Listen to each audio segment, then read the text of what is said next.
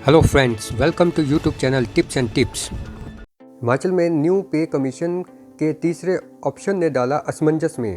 हिमाचल सरकार ने बेशक अभी वेतन आयोग के तीसरे विकल्प का फैसला न लिया हो, लेकिन सरकार की ट्रेजरी ने कर्मचारियों की गणना के लिए बनाए हिमकोश पोर्टल पर इसे डाल दिया था। इस पोर्टल पर कर्मचारियों के पे फिक्सेशन के तीनों फैक्टर्स दिखाई दिए थे। इसमें एक 2.25, दूसरा 2.59 और तीसरा 15% का विकल्प था। हालांकि सरकार ने अभी इस पर फैसला नहीं किया है। ये ऑप्शन दिखने के बाद कर्मचारियों ने इसके स्क्रीनशॉट लिए और कर्मचारी व्हाट्सएप ग्रुप में डाल दिए।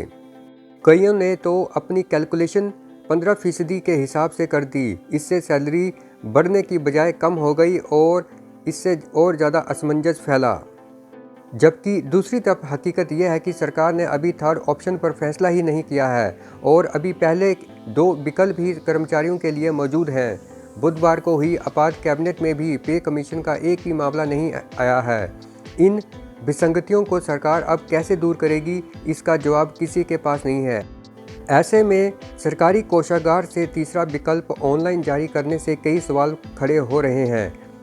इस बारे में ट्रेजरी के निदेशक अमरजीत सिंह से जब संपर्क किया गया तो उन्होंने कोषागार से इस बारे में जानकारी ली। कोषागार से बताया गया कि हिमकोश पोर्टल पर ट्रायल के लिए तीसरा ऑप्शन डाला गया था, बाद में इसे हटा दिया गया है, लेकिन इससे बहुत सारा कन्फ्यूजन कर्मचारियों में तब तक फैल चुका था। दूसरे राउंड की काउंसलिंग आज से शुरू होगी। अटल मेडिकल एंड रिसर्च यूनिवर्सिटी नए चौक, जो कि मंडी में है, ने प्रदेश के मेडिकल और डेंटल कॉलेजों में पहले दौर के खाली रही MBBS और BDS की सूची जारी कर दी है। 11 डेंटल और मेडिकल कॉलेजों में 372 सीटें खाली रह गई हैं। इसमें BDS की 200 और MBBS की 172 सीटें हैं। वीरवार से दूसरी काउंसलिंग में ये सीटें भरी जाएंगी।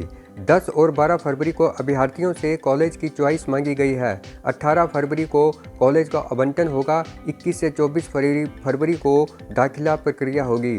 दूसरे राउंड की काउंसलिंग में चॉइस के साथ टोकन फीस भी देनी होगी। ये फीस हर बार दूसरे राउंड में ली जाती है। संबंधित कॉलेज को विश्वविद्यालय की ओर से ट्रांसफ़र कर दी जाती है, जिसे बाद में फीस में एडजस्ट कर दिया जाता है। करुणा मूलक नौकरियों पर आया बड़ा फैसला। हिमाचल में सरकारी विभागों और कॉरपोरेशन में करुणा मूलक आधार पर रोजगार देने के लिए मुख्य सचिव की अध्यक्षता में कमेटी काम करेगी। ये कमेटी सभी मामलों की समीक्षा करेगी। मंगलवार को सीएम जयराम ठाकुर के साथ भारतीय मजदूर संघ के पदाधिकारियों की बैठक में कामगारों और श्रमिकों के मुद्दों पर चर्चा की गई।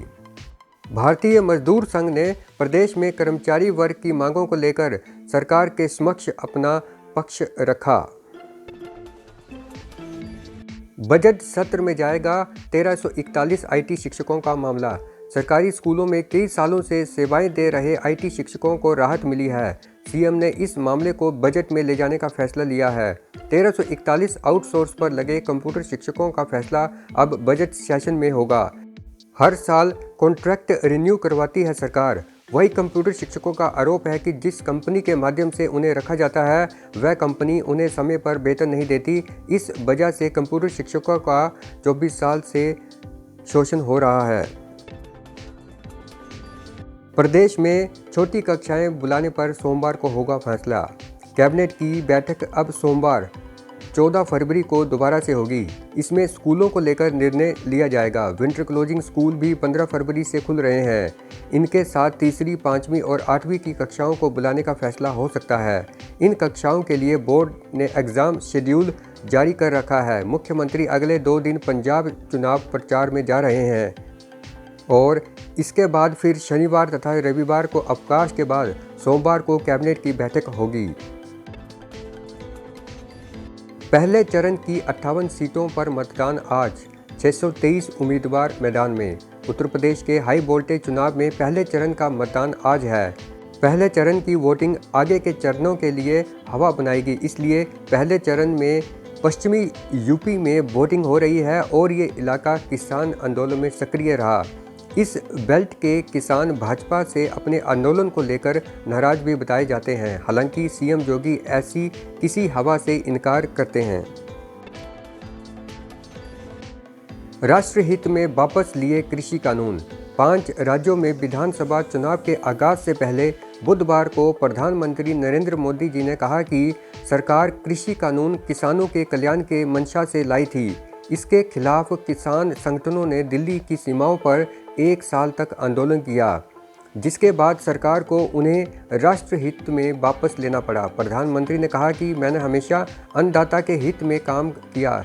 यही कारण है कि देश भर के किसानों ने सदा मेरा समर्थन किया।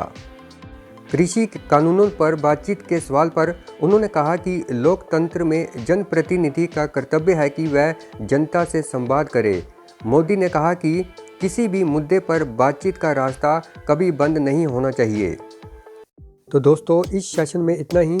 जल्दी ही मिलेंगे एक नई वीडियो में नई जानकारी के साथ। अगर आप चैनल को सपोर्ट करना चाहते हैं तो वीडियो को लाइक और शेयर कीजिए, और अगर आप चैनल पे नए हैं तो चैनल को सब्सक्राइब करने के बाद बेल आइकन ज़रूर प्रेस कर लीजिए। Thank you. Have a nice time.